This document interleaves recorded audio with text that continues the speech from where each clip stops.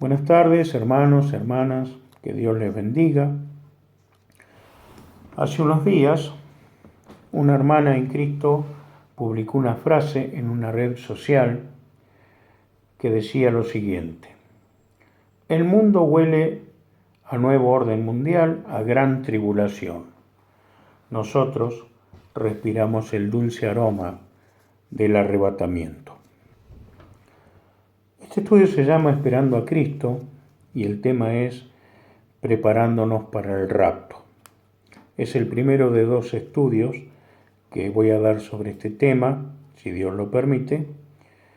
Y quiero decir que esta frase, que habla del nuevo orden mundial, de tribulación y de arrebatamiento, despertó mi interés teniendo en cuenta que las señales que se están cumpliendo están indicando que la venida del Señor está cerca. Junto con esta crisis mundial que estamos atravesando y las señales que se han cumplido ya, hay hermanos y hermanas que han renovado su interés por la palabra profética, precisamente libros de Daniel y Apocalipsis. Estos libros hablan de los acontecimientos finales, pero sucede que para poder hacer una interpretación seria y certera de estos libros hay que tener una buena medida de gracia y una buena preparación. A la vez que hay que tener también, si se quiere exponer aquello que se interpreta, una forma de exponerlo claro para que no dé lugar a confusiones. Tiene que ser una exposición nítida, ya que han surgido sectas de falsas interpretaciones, de interpretaciones erróneas de estos libros. También se habla del nuevo orden mundial. En el año 1974, la Organización de las Naciones Unidas en Estados Unidos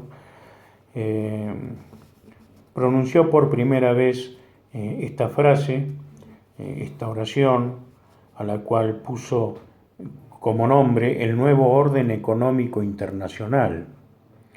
Esto tiene que ver con un pedido que hicieron las naciones subdesarrolladas a las naciones desarrolladas para que en el libre comercio haya una equidad, haya una posibilidad de que los países subdesarrollados puedan tener un estilo de vida mejor. Pero esto ha fracasado, ya que para lo único que sirvió este nuevo orden económico internacional fue para ampliar la brecha entre los países pobres y los países poderosos. Y a esto se le da el sentido de la preparación de un escenario para la manifestación del anticristo. Pero bueno, está bien, resulta que si para la profecía necesitábamos tener una sana interpretación para poder entender este tema del nuevo orden mundial, tenemos que tener conocimientos de política económica internacional. Bien, en mi caso, yo prefiero, como cristiano, centrar mi atención en lo que respecta a nuestra fe, en lo personal, en cuanto a carácter cristiano. Más precisamente, en qué situación nos encontramos ante la inminente venida de Cristo para arrebatar a su iglesia. ¿Cómo estamos delante de Él si Él viene hoy? Hay algo que puede producir en nosotros falsa seguridad de salvación, algunas cosas que producen falsa seguridad de salvación y son las que vamos a ver en adelante. Basándonos en 1 Corintios capítulo 10, versículos del 1 al 13, donde Pablo dice: No quiero, hermanos, que ignoréis que nuestros padres todos estuvieron bajo la nube y todos pasaron el mar. Y todos en Moisés fueron bautizados en la nube y en el mar. Cuando habla de que fueron bautizados en la nube y en el mar, está diciendo de que ellos estuvieron sumergidos completamente en estas situaciones. ¿En qué situaciones? En la de atravesar el mar como milagro portentoso de parte de Dios para lograr la liberación de su pueblo, la liberación de la esclavitud. Entonces todos experimentaron la liberación de Dios y todos también experimentaron la guía del Espíritu Santo a través de la nube que les decía cuándo tenían que avanzar y cuándo tenían que detenerse. Y de noche era una columna de fuego. Entonces ellos habían experimentado la liberación de Dios y la compañía, la guía del Espíritu Santo. Pero también dice, y todos comieron el mismo alimento espiritual, y todos bebieron la misma bebida espiritual, porque bebían de la roca espiritual que los seguía, y la roca era Cristo. Cuando Dios tuvo que sustentar a su pueblo, Él lo sustentó lo mismo que Él nos sustenta a nosotros. Acá menciona el pan espiritual y la roca espiritual, porque esto vino a ser un símbolo, el pan, de la palabra encarnada en Cristo Jesús, que vino a revelarnos su voluntad y vino a lograr nuestra salvación.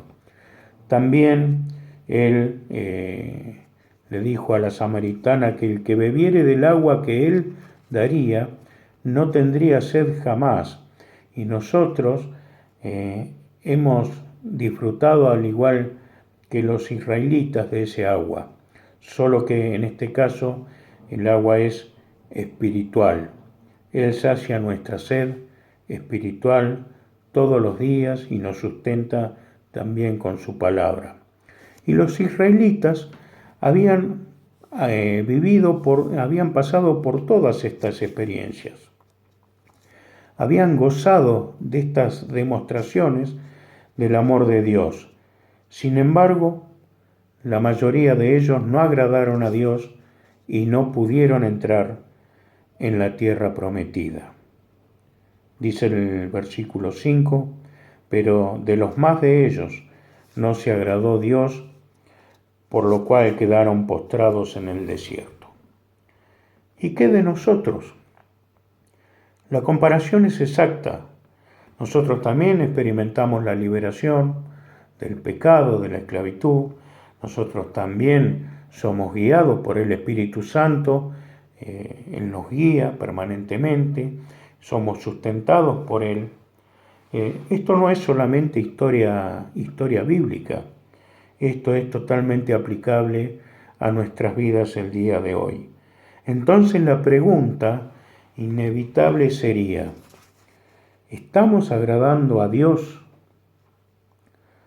Ellos no le agradaron. ¿Nosotros le estamos agradando?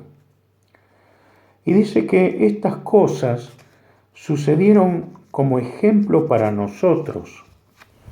Como ejemplo para nosotros. No podemos confiarnos de que tenemos asegurada la salvación por el solo hecho de que alguna vez fuimos liberados del pecado, por el hecho de que el Espíritu Santo nos guíe, por el hecho de ser sustentados por medio de su palabra, por medio de su Espíritu Santo, sino que debemos, como vamos a ver más adelante, evitar algunas cosas que son las que pueden producir que desagrademos a Dios.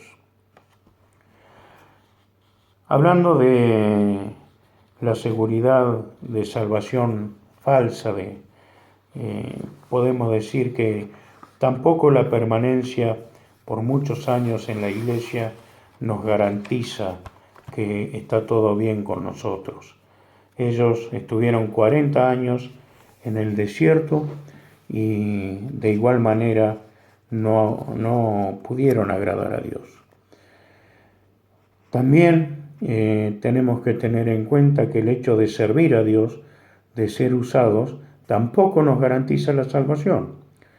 Dice Mateo 7, 22 y 23, que muchos le dirán en aquel día: Señor, ¿no profetizamos en tu nombre? ¿No echamos fuera demonios, hicimos muchos milagros? Y dice que el Señor responderá: apartaos de mí, hacedores de maldad. Nunca os conocí. Qué feo encontrarse con una situación así, ¿no? Después de haber servido al Señor. Así que ninguna de estas cosas, las que mencionábamos anteriormente, ni permanecer en la iglesia por el solo hecho de permanecer y servir a Dios, tampoco nos puede resultar en una seguridad de salvación. Pero sí hay cosas que nosotros debemos evitar para buscar de agradar a Dios. En este estudio vamos a ver las cosas que debemos evitar. En el próximo estudio vamos a ver las cosas que debemos procurar para agradar a Dios. Dice que el Señor nos trajo esta palabra como ejemplo, dice Pablo, para que no codiciemos cosas malas como ellos codiciaron. Hay pecados, hermanos, que no se ven, que no los ve la gente que nos rodea. Puede ser que haya pecados que no lo vean nuestros hermanos, que no lo vean los líderes, pero que Dios sí los ve. Y son los pecados que puede haber en el corazón. Ya sea orgullo, sea envidia, sean celos, sea un corazón contencioso. En este caso, dice la palabra, habla de la codicia, que no codiciemos cosas malas como ellos codiciaron. En este caso habla de la codicia. La codicia de hacer cosas malas es desear hacer cosas malas. Hay pecados que, como decíamos, son visibles, pero solamente Dios ve si en nuestro corazón hay una inclinación a pecar. Si acaso hubiera eso en nuestros corazones, debe ser erradicado, debe ser purificado nuestro corazón. Dice el versículo 7, ni seáis idólatras como alguno de ellos. Según está escrito, se sentó el pueblo a comer y a beber y se levantó a jugar. Esta historia está en Éxodo 32, del 5 al 6, cuando Aarón, inducido por el pueblo, hizo un becerro de oro, le hicieron ofrenda y ya se volvían para Egipto. Ya se habían apartado de Dios. En cuanto a la idolatría, quiero aclarar que no solamente las imágenes adorar las imágenes son idolatría. Podemos idolatrar, por ejemplo, el dinero. Dios nos puede bendecir, pero si nosotros nos volvemos avaros, entonces ya nos estamos haciendo a la vez idólatras. Cualquier cosa que se interponga entre Dios y nosotros puede constituirse en una idolatría. Lo que tiene que tener en primer lugar, el que tiene que tener el primer lugar en nuestro corazón es el Señor.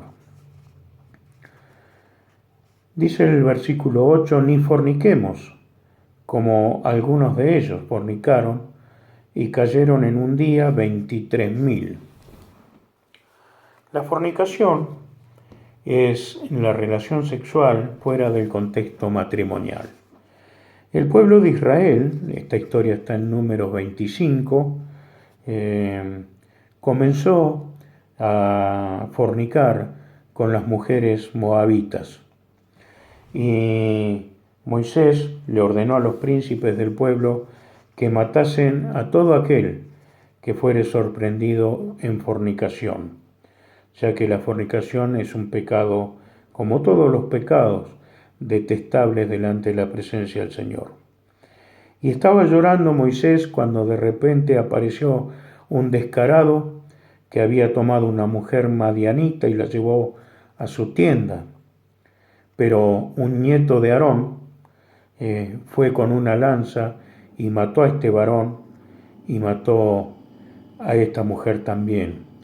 Y cayeron en ese día 23.000 personas a causa de la fornicación.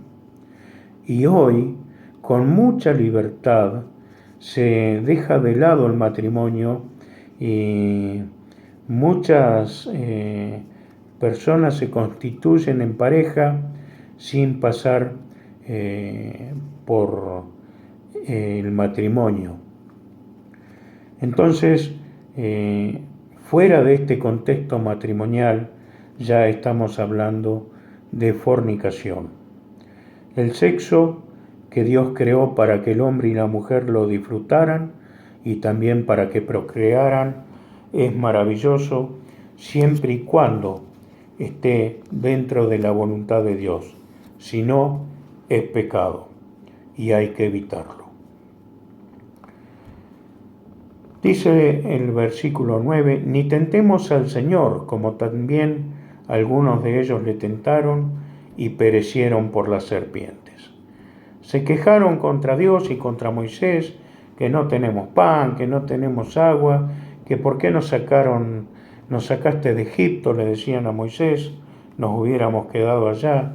Entonces Dios se enojó y mandó serpientes que los mordieran, y así murieron unos cuantos del pueblo de Dios en aquel entonces, hasta que Moisés, por palabra de Dios, levantó una serpiente de bronce para que todo el que la mirara fuere salvo de la muerte. Versículo 10 dice, ni murmuréis, como algunos de ellos murmuraron y perecieron por el destructor. Murmuraron contra Aarón y contra Moisés, porque claro, el pueblo se rebelaba, el pueblo cometía pecado, Dios los castigaba, caían miles de personas por el castigo de Dios, y ellos, en lugar de asumir sus propias culpas, le echaban la culpa a Aarón y a Moisés, diciéndole, vosotros habéis dado muerte al pueblo de Jehová. Ya es natural en el hombre la tendencia a culpar a los demás por nuestros pecados. Cuando nosotros cometemos pecados, debemos asumir nuestra responsabilidad, pedir perdón a Dios y pedir que el Señor nos purifique. Bien, la murmuración ya en sí ya es un pecado grave delante de Dios y que acarrea disciplina. Solemos o podemos llegar a murmurar contra Dios en el caso de que estemos pagando las consecuencias de nuestros pecados. Pecamos, recibimos las consecuencias de ese pecado, e es irrazonable echarle la culpa a Dios por lo que tengamos que sufrir, porque nosotros mismos lo provocamos. Pero también sucede que a veces Dios permite pruebas con el fin de perfeccionarnos, y en esas pruebas también podemos tener la tendencia a reprocharle a Dios y decirle, Señor, ¿por qué me pasa esto? ¿Por qué aquello? Cuando en realidad, si acaso se nos concediera hacer una pregunta, deberíamos preguntar, Señor, ¿para qué permites esta prueba? Tal vez el Señor nos contestaría y nos mostraría que Él quiere lograr en nosotros paciencia, o quiere darnos un corazón perdonador, o quiere fortalecernos, o quiere probarnos para que nosotros mismos nos demos cuenta en qué situación está nuestro corazón.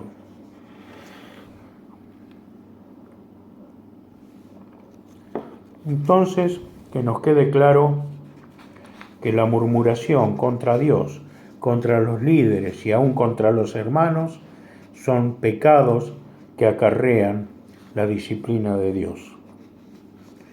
La advertencia amorosa de Dios para nosotros es la siguiente. Y estas cosas les acontecieron como ejemplo y están escritas para amonestarnos a nosotros, para advertirnos a nosotros, a quienes han alcanzado los fines de los siglos. Así que el que piensa estar firme, mire que no caiga. Si usted y yo pensamos que estamos firmes, que tenemos todo asegurado, todo bien, entonces tratemos de ponernos delante del Señor, que Él nos escudriñe a ver si en realidad nosotros estamos agradando al Señor. Dios nos aconseja, por lo cual levantad las manos caídas, las rodillas paralizadas y haced sendas derechas para vuestros pies, para que lo cojo no salga del camino, sino que sea sanado. No podemos andar por el camino de banquina a banquina. No podemos pisar un poquito acá en el pecado, después caminar un poquito por el camino del Señor, pisar del otro lado y estar un poquito acá y un poquito allá. Debemos hacer sendas derechas, dice la palabra, para nuestros pies. Y también dice, seguir la paz con todos, con todos. Es posible de que con algunos sea más fácil que con otros lograr la paz. Puede suceder de que haya personas con las cuales está todo bien, nos sentimos a gusto, no tenemos ningún problema, pero el Señor como cuerpo, como su iglesia, nos llama, nos exhorta a que vivamos en paz con todos los hermanos estemos en paz. Aún si nosotros agradamos a Dios, puede hacernos vivir en paz aún con nuestros enemigos, lo dice su palabra. Y aparte de la paz dice también, y la santidad, sin la cual nadie verá al Señor.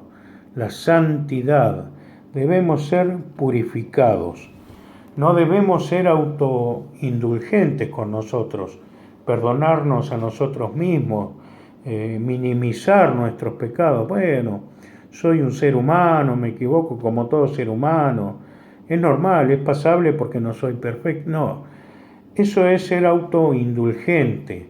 Lo que nosotros debemos hacer es golpearnos el pecho como ese pecador que pedía misericordia a Dios cada vez que nosotros reconocemos que estamos errando el camino. Entonces debemos ser perfeccionados. Entonces ya dejamos de lado el tema de la falsa seguridad. Así que en segundo lugar quiero decir que los tiempos se han acortado. El apóstol Pablo ya advirtió hace como 2000 años atrás, la noche está avanzada y se acerca el día. Desechemos pues las obras de las tinieblas y vistámonos las armas de la luz. Si Pablo mencionó esto hace 2000 años, quiere decir que hoy estamos más cerca de la venida de Cristo que cuando Pablo dijo estas palabras. Es posible, no lo sabemos, quizá seamos la generación que se reúna con Cristo en las nubes para escapar de la tribulación y de la gran tribulación. Esto en segundo lugar, no ignorar que la venida del Señor está cerca y estar atentos a esa venida. En tercer lugar, quiero decir que el tiempo de la gracia tiene una fecha final. En Lucas 13, 6 al 9, el Señor nos cuenta esta parábola. Dice que tenía un hombre una higuera plantada en su viña y vino a buscar fruto en ella y no lo halló. Y dijo al viñador: he aquí, hace 3 años que vengo a buscar fruto en esta higuera y no lo hallo. Córtala, ¿para qué inutiliza también la tierra? Él respondiendo le dijo: Señor, déjala todavía este año hasta que yo cabe alrededor de ella y la abone. Si diere fruto, bien, y si no, la cortarás después. Y yo digo, ¿qué tal si estamos como esta higuera? ¿Qué tal si estamos aletargados, adormecidos en la fe, tentando la paciencia de Dios, sin dar frutos de justicia? No me refiero a servir al Señor, sino de manifestar el fruto del Espíritu Santo. Y en definitiva, no estamos manifestando un carácter cristiano. El día menos pensado, Cristo viene por su iglesia. Al igual que de esta parábola, nosotros podemos tomar algunos principios, ya que dice esta parábola, nos enseña que somos del Señor. Dice que el amo plantó esa higuera en su campo, era de él. Entonces el hecho de que nuestro Padre esté al cuidado de nosotros nos garantiza que todo lo que necesitemos el Señor nos lo va a dar. En segundo lugar, el Señor espera que nosotros demos fruto, que fructifiquemos. En tercer lugar, Él hace lo imposible. Decía que cavaba la tierra y que la abonaba para que dé fruto. El Señor hace lo imposible para que demos fruto, si es necesario. Nos sustenta, si es necesario nos disciplina, ordena los acontecimientos de nuestra vida, pero resta en nosotros una porción de libre albedrío de colaborar con Dios o resistirnos a su amor, de tener un corazón abierto para que Dios nos trate o de tratar de escondernos de Dios, lo cual nunca vamos a lograr. Él es muy paciente. Cuando ya se había decidido de cortar esa higuera, hubo alguien que intercedió y dijo: esperemos un añito más. Y yo me pregunto, ¿qué tal si no estamos viviendo, comparados con la higuera, ese tiempo en el cual Dios está prolongando su misericordia? ¿Qué tal si Dios está prolongando este periodo de gracia porque la iglesia todavía necesita prepararse un poco más para poder irse con Él? Y quizás todavía haya personas que ya estén a punto de creer, pero todavía no lo han hecho. Él es muy paciente, pero su gracia tiene un fin.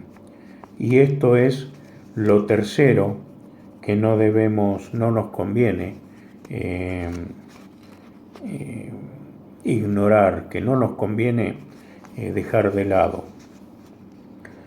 Entonces, no nos conviene dejarnos engañar teniendo una falsa seguridad, siendo autoindulgentes, dejándonos pasar, por así decirlo, permitiéndonos los pecados, sino que debemos evitarlos y ser perfeccionados. Tampoco nos conviene estar desatentos en cuanto al hecho de que la venida de Cristo está cercana. Y no nos conviene vivir sin tener en cuenta que la gracia un día se va a terminar. Puede ser hoy, mañana, dentro de unos años, no lo sabemos. Pero la pregunta que debemos hacernos hoy es la siguiente. Si Cristo viniera hoy, ¿en qué condiciones encontraría mi vida? Cada uno de nosotros debiera hacerse esta pregunta. Si viniera hoy, esta noche,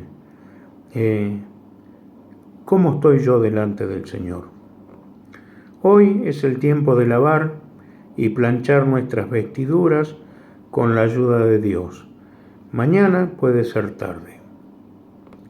Y la Escritura dice, si oyereis hoy su voz, no endurezcáis vuestros corazones. Humillémonos delante del Señor, seamos sinceros con Él en la soledad de nuestro lugar de oración, digámosles al Señor, examíname, ve si hay en mí camino de perversidad y guíame por camino recto. Hermanos, que Dios los bendiga y Dios quiera que cuando el Señor venga nos encuentre preparados. Bendiciones.